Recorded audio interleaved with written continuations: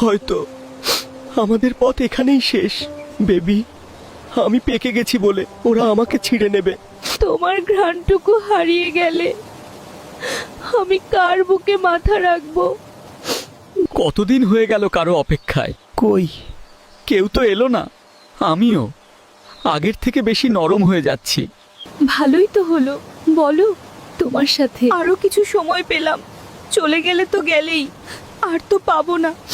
আমার মনে হচ্ছে আমি যে কোনো সময় পড়ে যাব। আমি এত অপেক্ষা করলাম, কেউ এলো না।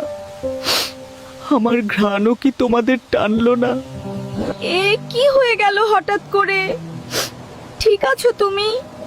বেশি কষ্ট হচ্ছে? আমাকে নিয়ে চিন্তা করো না, আমি ঠিক আছি। আর একটা কথা বলার ছিল, তোমাকে আমি অনেক ভালোবাসি, আমার জীবনের চেয়েও বেশি। তোমাকেও আমি অনেক ভালোবাসি প্রিয়।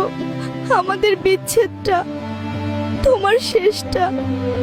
দেখো প্রিয়, আমিও পেকে গেছি, গন্ধ বের হচ্ছে। আমাকে কি কেউ নিতে আসবে, নাকি আমিও অবশেষে আমার একাকিত্ব জীবনের সমাপ্তি হতে চলেছে? কি সেই তো তুমি এলে, কেন আগে এলে না? কেন ওকে এভাবে আমার সামনে পৌঁছতে দিলে?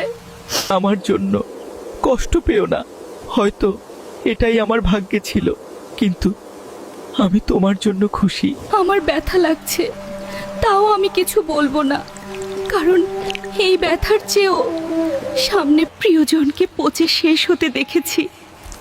ধন্যবাদ তোমাকে আমার একাকিত্বকে মুক্তি দেওয়ার জন্য।